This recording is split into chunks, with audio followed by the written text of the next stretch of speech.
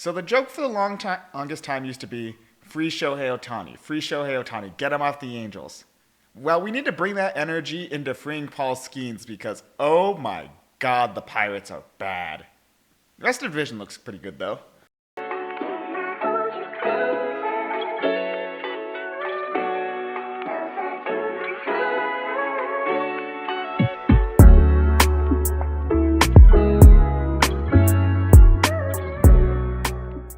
Welcome to the Dugout. I'm your host, Joseph Silva. On today's episode, we are continuing our division preview series, and we are doing the American League, or the National League Central today. It's going to be a fun division, a lot of great teams, and the Pittsburgh Pirates. But before we get started, if you're enjoying the content, go ahead and leave a like. Subscribe to the Run the Play Network. The Jokic Shea MVP discussion is getting contentious. I would love to see the boys at You Know Ball take this one on. And also, before we get started, we're launching a Discord server here for a March Madness competition. You can compete against me, Phil, Deucer, Ant-Man himself. Come kick our asses. I know you guys want to beat us so bad, but you won't, because we know ball. Now, we start this discussion, as always, with last place, and unfortunately, last place is the Pittsburgh Pirates. Because, oh my God, this lineup is atrocious. At catcher, you have former top prospect Joey Bart with his projected 92 WRC+, DJ Stewart Mans first with a below-average 99 WRC+, Nick Gonzalez is at first, and at second with our first above-average WRC+, 101. Hey, it counts. At third base, it's the should have a platinum glove by now, Ke'Bryan Hayes with his 94 WRC+, At center field, he was good once, but he's not good anymore. Isaiah Kiner-Falefa will be there with an 86 projected WRC+. The Please Do Not Play Fantasy Football with him, Tommy Pham, is in left with a 93 WRC+. Dodger legend O'Neal Cruz will be manning center with a 114 WRC+. The eternally underrated Brian Reynolds will be in right with a 114 WRC+ as well. And of course, DH is Pirates legend Andrew McCutchen with a 99 WRC+. Believe it or not, once upon a time, this could have been a good lineup. McCutchen is a solid at-bat. I don't think a 99 WRC+ is fair for him. O'Neal Cruz has so much potential, but we've been saying that for the longest time. He's got to put it together, man. He is discount Elly De La Cruz because he does the same thing as Elly. He just strikes out a lot more and doesn't hit the ball as much as Elly. Brian Reynolds is fine, but Ke'Bryan Hayes was supposed to be one of the big bats in this lineup. He just has not lived up to that potential whatsoever. He had one good year, and that's about it. And it's not getting any better for him either. He has stopped hitting the ball hard in 2024, and that really was the one thing you were holding on to is, well, at least he hits the ball hard, right? Right? Not anymore. The hard hit rate has fallen, not precipitously, but very, very much. And then you can really trace it back to the fact that he's got to be more aggressive. I get that not striking out is a good thing. I get being patient at the plate is a good thing and not whiffing. And I know how this sounds coming from me, who criticizes a lot of players. I'm looking at that Julio Rodriguez ranking, putting him at 24 because he's a free swinger. Should be more patient at the plate. But my God, Ke'Bryan, swing the fucking bat, man. I get it. You're good at avoiding strikeouts, but that's not doing you any favors here. You're projected for a 94 WRC+, man. That's Joey Bart levels, okay? And Joey Bart is not a good hitter. Let's see if he can make the adjustments, but I don't want to bet on Ke'Bryan Hayes bouncing back whatsoever. He's just a defender at this point. The rotation is where it gets good, though. Of course, we know about Paul Skeens. We love him, but let's see what he's projected for. He's projected for 188 innings with 11.55 strikeouts per nine, 2.64 walks per nine, 0.75 home runs per nine, 2.80 ERA, 2.68 FIP. I mean, what can you say about Paul Skeens that has not been said already? He's looked phenomenal in the spring this year. The fastball is elite. The splinter is elite. The changeup is elite. He is just a fantastic pitcher. He is the favorite for the NL Cy Young for a reason. The governor is off him. He is going to be pitching deep into games. Don't expect LSU deep because that was borderline abuse, how they pitched him in that College World Series. But I would not be surprised if Skeens throws 200 innings this year. He is so, so good. NL Cy Young favorite for a reason. After him is Mitch Keller, who's projected to throw 182 innings of 8.12 strikeouts per nine, 2.82 walks per nine, 1.11 home runs per nine, 4.25 ERA, and a 4.09 FIP. After him is Jared Jones, rounding out that big three with 167 innings of 9.27 strikeouts per nine, 3.09 walks per nine, 1.13 home runs per nine, 3.91 ERA, and a 3.91 FIP. Overall, this top three is young, or fun, and exciting. If you love pitching, man, Pittsburgh is really the place to watch because Skeens, Jones, and Keller are so good. It's just everything after them is a little sketchy. And I say this knowing their four-starter is, of course, Dodgers legend Andrew Heaney. He's projected for 132 and a third innings of 8.36 strikeouts per nine, 2.81 walks per nine, 1.27 home runs per nine, 4.28 ERA, and a 4.25 FIP. Look, you know what you're getting Andrew Heaney. He's not going to give you 6 innings. He may not even give you 5 most days, but he gives you a lot of good quality innings, great strikeout stuff. The Joey Gallo of pitchers almost, because it's either a strikeout, a walk, or a home run with him, quite frankly. But still a very good pitcher overall, just not going to give you a lot of length. And after him will be Bailey Falter. He's going to be projected for 127 and 2/3 innings of 6.83 strikeouts per nine, 2.67 walks per nine, 1.38 ERA, 1.38 home runs per nine, 4.60 ERA, 4.62 FIP. I like Bailey Falter, but he is not that good of a 1.38 ERA. But overall, still a decent pitcher. Great 5-starter if you're looking for that. But this Pirates rotation is really going to have to do a lot of the heavy lifting here because, as I mentioned before, this lineup is bad. Like country music kind of bad. The bullpen, David Bednar, let's get into it, but he did not have a great year last year. And Fandra asks, they're predicting him to bounce back a little bit.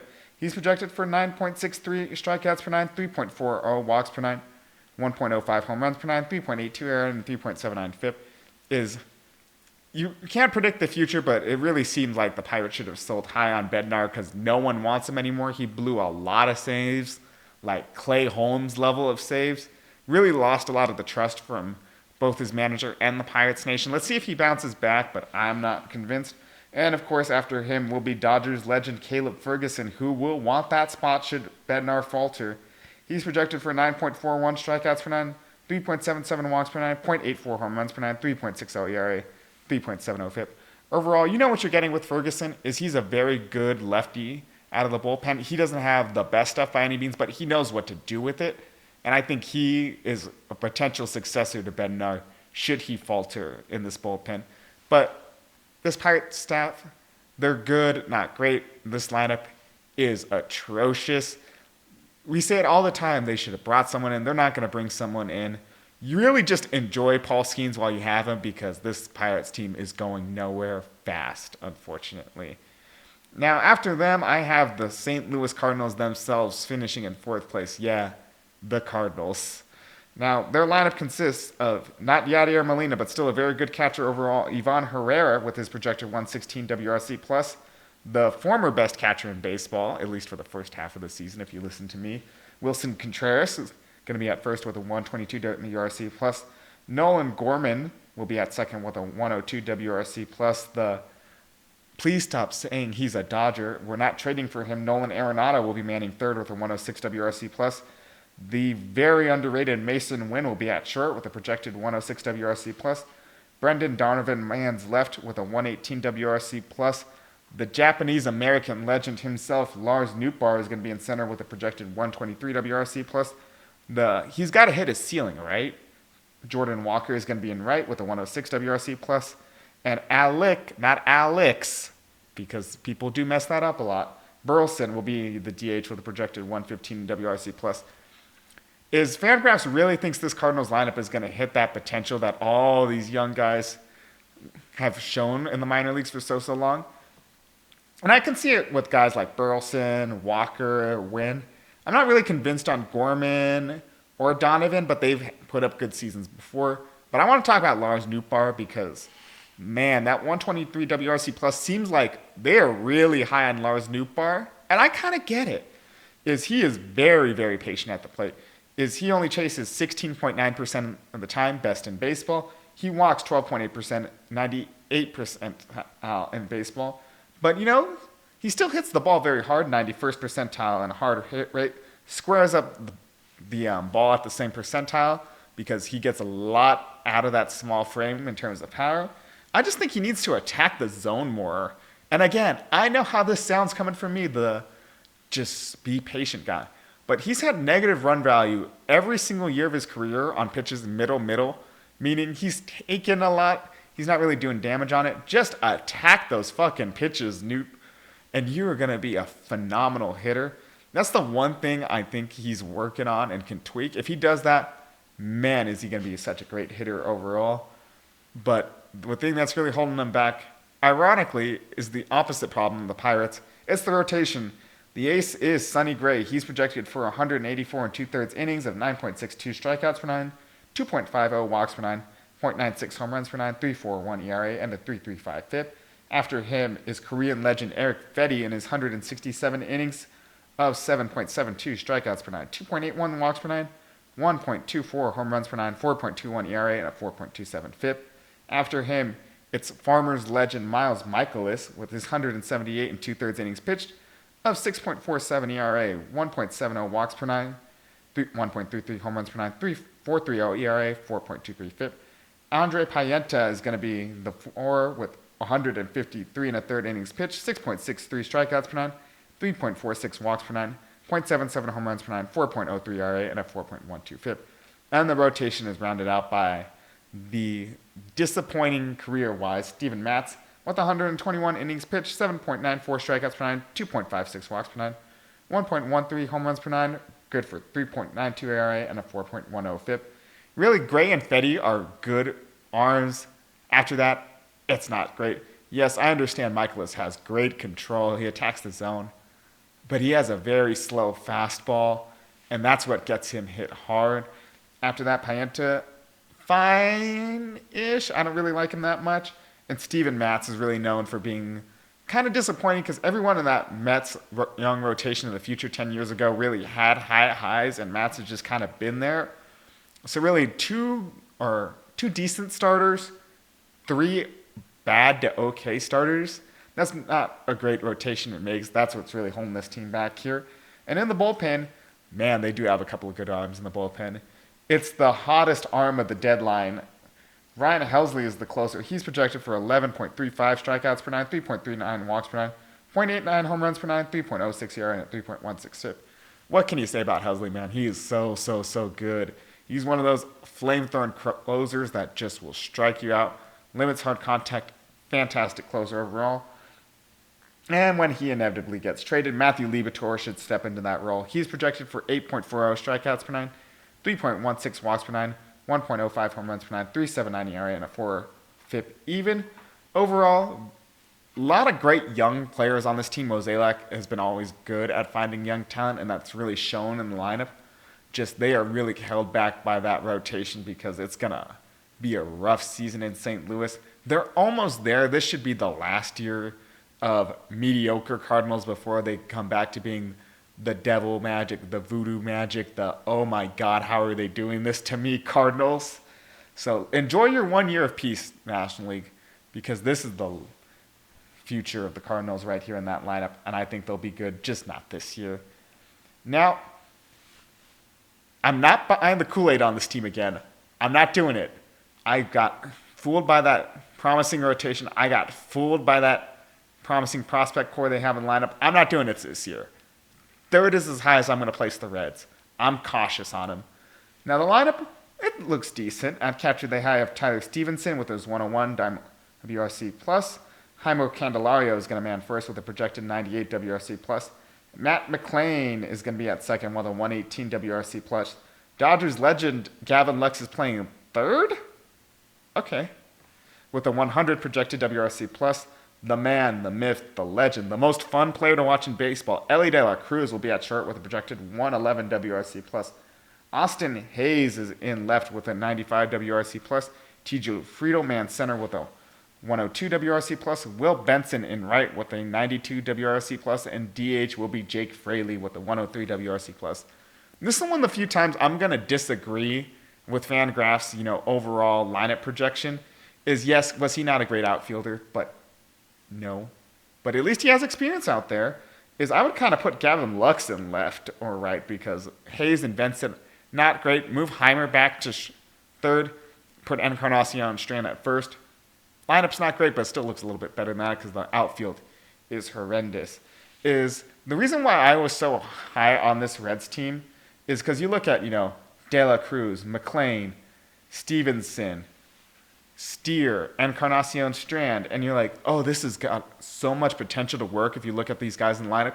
And the only ones who have hit so far are McLean and De La Cruz. Steer has been disappointing, Encarnacion Strand has been disappointing, and really they did not bring in, say it with me, reinforcements in free agency here because you're telling me that you could not add an Anthony Santander to this outfield?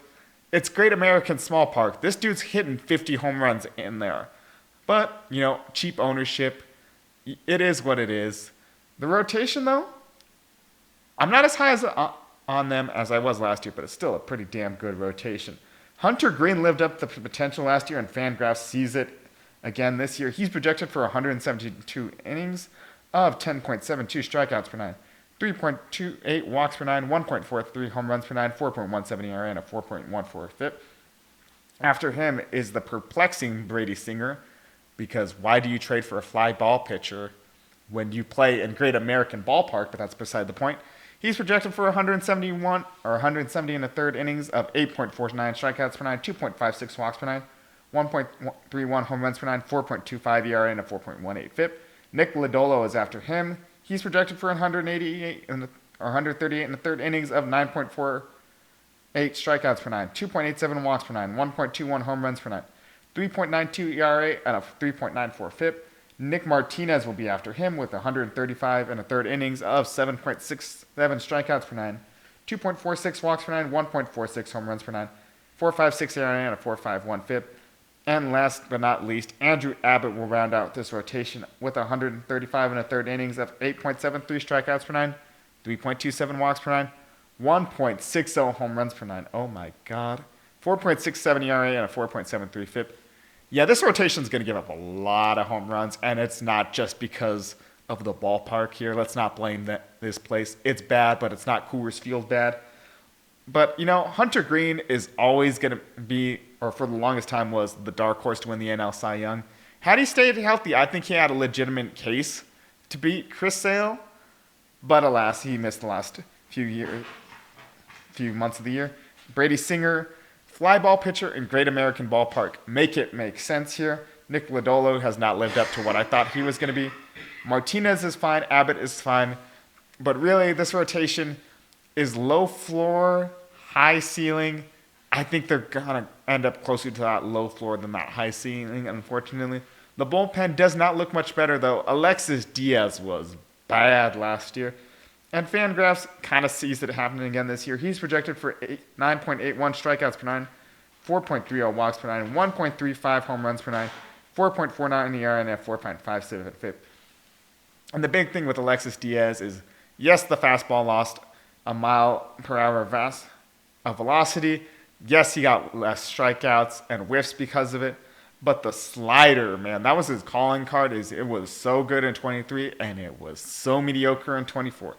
It got hit more, and it got hit harder in 2024. And that was the main catalyst of his demise, is when you're a two-pitch pitcher and both pitches are mediocre, expect mediocre results. I know he's in the lab tweaking both of them. I would really try and fix the fastball first because that's really what you need to establish it. I know the slider has been good for him, and when he's on, that's what it is.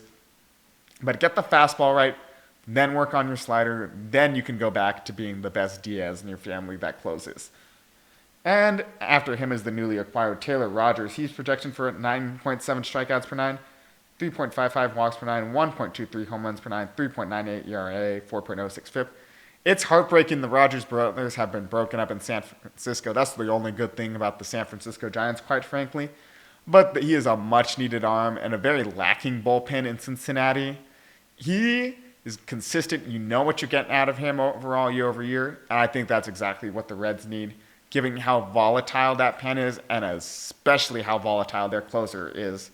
Overall, it's a lot of hope diction on the Reds is you're projecting them and all this. And I know Francona is now the manager, but he can't do much if the talent around him refuses to live up to their potential. Overall, I want the Reds to be good. Cincinnati is a fantastic baseball town, but I don't think it's going to happen. Now, before we get into the very clear top two in this division, let's hear a word from our sponsor. Man, okay, LeBron hit my parlay. Let's get it. Oh shit, he hit it? Yeah, bro. Look at this. I won $200. I tailed your parlay. How the heck did you win $200? I used Boom Fantasy. I used their pick and spin, spun the wheel, got 10 times my money. Bro, you gotta hook me up. If you use code RTP, you could get a risk-free bet up to $100. Let's get back to the video. Now, you're either a Cubs guy or a Brewers guy in this division. And I'm a Cubs guy because I have the Brewers finishing in second here. They are so good. You know what you're getting out of the Brewers is they are the Tampa Bay Central in the National League. Let's get into it. Lineup, it's my favorite player. Man, I love me some William Contreras. He's the catcher with a projected 127 WRC plus. Rhys Hoskins will man first with a 105 WRC plus. The very good defensively, Bryce Terang will man second with a 95 WRC plus. Oliver Dunn is just a body at third because he's projected for an 86 WRC plus. Former top prospect Joey Ortiz mans short with a 103 WRC plus. He can be so good. I just know it. Sal Frelick is in left with a 98 WRC plus. Garrett Mitchell man center with a 101 WRC plus. The future face of the franchise, Jackson Trio, is going to be in right with a 118 WRC plus. Remember, it's Yelly, not Belly. Christian Yelich is DHing with a 120 WRC plus. In this lineup is extremely, extremely top-heavy to the point where I do not see how they don't tip over when they stand up. Because Yelich, very good. Churio, very good. Contreras, very good. Hoskins, passable. After that, a lot of shit, quite frankly. Is Terang, you more have him for his defense and his speed. You don't really necessarily have him for his bat. Sal Frelick, fine. Oliver Dunn, 86 WRC plus. I get it. You're trying to fill in for the departed Willy Adames, but this lineup is going to take a huge, huge step back. Yelich and Churio are going to have great years. Contreras is going to continue to slug the way he does, but after that, they have no lineup depth and protection for those three whatsoever, and it's just going to be a rough year for them. And really what their hallmark is their pitching, and the pitching is not as great as it used to be, quite frankly. If you look at the rotation, the ace of the staff right now is Freddie Peralta. He's projected for 178 innings of 10.39 strikeouts per nine, 3.19 walks per nine, 1.22 home runs per nine, 3.77 ERA, 3.82 FIP. After him, it's the returning Brandon Woodruff. He's projected for 156 and 2/3 innings of 9.59 strikeouts per nine, 2.24 walks per nine, 1.25 home runs per nine, 3.77 ERA, and a 3.77 FIP. After him is where it gets a little chaotic and weird. It's going to be Tobias Myers as the three starter with 145 innings of 8.19 strikeouts per nine, 2.74 walks per nine, 1.44 home runs per nine, 4.36 ERA, and a 4.40 FIP. Aaron Savali will be after him with 149 innings of 8.65 strikeouts per nine, 2.52 walks per nine, again 1.44 home runs per nine, 4.35 ERA, and a 4.35 FIP. And Mets legend Jose Quintana is going to round out the rotation of 135 and 2/3 innings pitched, 7.56 strikeouts per nine, 3.31 walks per nine, 1.18 home runs per nine, 4.34 ERA, and a 4.42 FIP. Overall, I love Peralta and Woodruff when the two of them are on. My God, are they a fantastic 1-2 punch. After him, it's a lot of question marks. You may even see a lot of starts from Dodgers legend Nestor Cortez. Yes, I had to throw it in there. But, Quintana and Cortez are fine. Savali and Myers are good, but they don't give you a lot of length here. And I know the bullpen is the calling card of this Brewers team. It has been since 2018. However, they don't have a clear closer after trading Devin Williams. Is when they traded Josh Hader, okay, you trade Josh Hader because Devin Williams is going to close for you. Okay, you traded Devin Williams for you. And I know the consensus is Trevor McGill, but I'm not sold on Trevor McGill just yet. He is projected for 11.09 strikeouts per nine, 3.19 walks per nine, 1.05 home runs per nine, 3.46 ERA, and a 3.41 FIP. The man throws one of the fastest fastballs in all of baseball. He throws it on average 98.8 miles per hour. It is a fantastic pitch. But he does not have a good secondary pitch. The curveball is okay, but it doesn't really play well off the fastball. It does not do what a good curveball off a fastball does. I don't like it as much. I think he needs to add a slider or something, man, because if you're just sitting dead red at 98.8, you are still going to hit it if you're looking pure fastball. The curveball will not keep people honest. If he adds a slider, I think he's fine. But overall, I'm not sold on Trevor McGill being the closer for this team just yet. But they have so many arms in this bullpen to talk about here. I picked Jared Coing. He's projected for 9.06 strikeouts per nine, 3.02 walks per nine, 1.01 home runs per nine, 3.59 ERA, and a 3.75 FIP. He is really the arm that should be closing out there in Milwaukee. But alas, it's going to McGill. It's really going to be a closer by committee approach, quite frankly, out there. But they just do not have the lineup depth or, quite frankly, the power in the rotation that really was their calling card. This might be the truly last great year of the Milwaukee Brewers before they have to blow it up here. They are not going to make the most of it, unfortunately, because the Cubs have been busy this offseason. South side of Chicago is ready to get back to the playoffs, and I don't blame them. This team looks good this year. At catcher is Miguel Amaya with his projected 102 WRC plus. Dodger legend Michael Bushman's first with a 109 WRC plus. The not quite as good as Luis Arias, which is saying something. Nico Horner is going to be at second base. Top prospect Matt Shawman's third, with both are projected for a 106 WRC plus. The second best athlete in his marriage, Dansby Swanson, man short with a projected 103 WRC plus.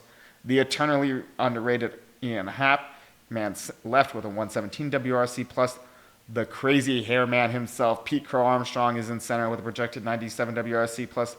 The soon-to-be $400 million man himself, Kyle Tucker, is going to be in right with a 142 WRC plus.